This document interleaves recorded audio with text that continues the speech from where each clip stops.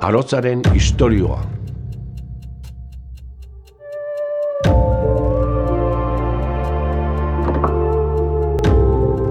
Alabazan edo ez bazan, entzun dadila naiz irratian. Bueno, esan behar dizuet, arotza historia honetan errementaria dela, badekizue. Euskal Herriko leku batzutan arotza da egurrekin lan egiten dena, eta beste leku batzutan, arotza da burniarekin lan egiten duena, errementaria, alegia. Eta egurrekin lan egiten duena, zurgina da.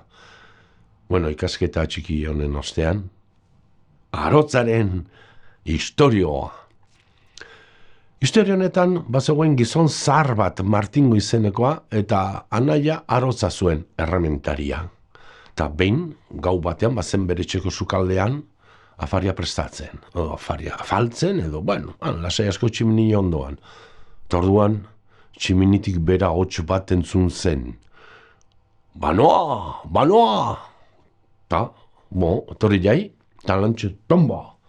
Tximinitik bera, gizon baten gorputzaren laurdena erori zen.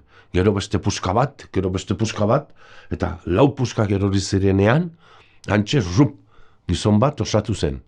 Eta gizon harren atzetik beste bi gizon gehiago heldu ziren.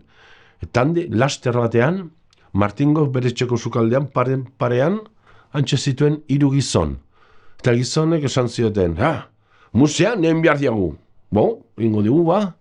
Eta laxe, bat hasi zen, kartak partitzen, launa, musean, noski, eta dena partitu zituenean, bera nahi eta propio, lurrera bota zuen bat.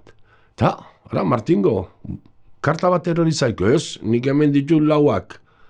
Eta, hasi zen hor diskusian, sesioan, gora bera, kriston iskan mila, eta azkenean Martingo hartu zen zaku bat, eta esan zen, hartxila murtxila, zakuan zar, Eta 3 sartu zen zakuan, lotu, eta naia errementariar arotzaren etxera joan zen.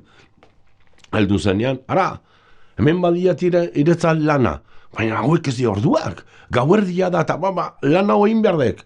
Eta garritzak, ire 4 gizonik sendoenak, azkarrenak, eta burni hauek pixkat zuzendu.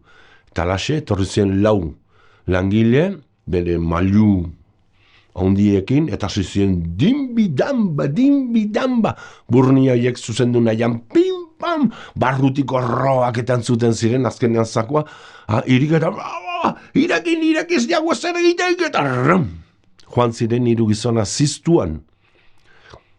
Martingo bere itzuli, eta ja edadean sartuta zegoenez, bakizu egertatzen da batzutan, edo beti, edo hilabeti, edo sartzerakoan, ahiatu zen bere ordua, eta Martingo, hil egin zen.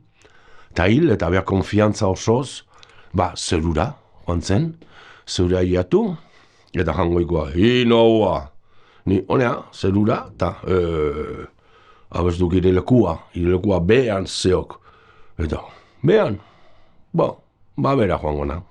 Eta alaxe, bera jetxi zen, eta infernuko atea jo zuenean, atzetikan entzun zituak, mendikan, irelekua ez dukau, goian. Eta, ados jartzen dien. Eta gora joan zen berriro, eta jo zuen atea eta jangoikuak, irikizuen lau pixkat, eta aprobetxatu zuen zirrigitua, eta Martingo, zeruan sartu zen, eta eskalera batzuen azpian gelditu zen. Eta jangoikoa tira, utzi zion han egoten eternidade osorako. Eta hau, horrela gertatu ez bazan, horrela gertatu dadila. Eta ordutikan Martingo suerte izan zuen, ze ongi bizi omen da eternidadean.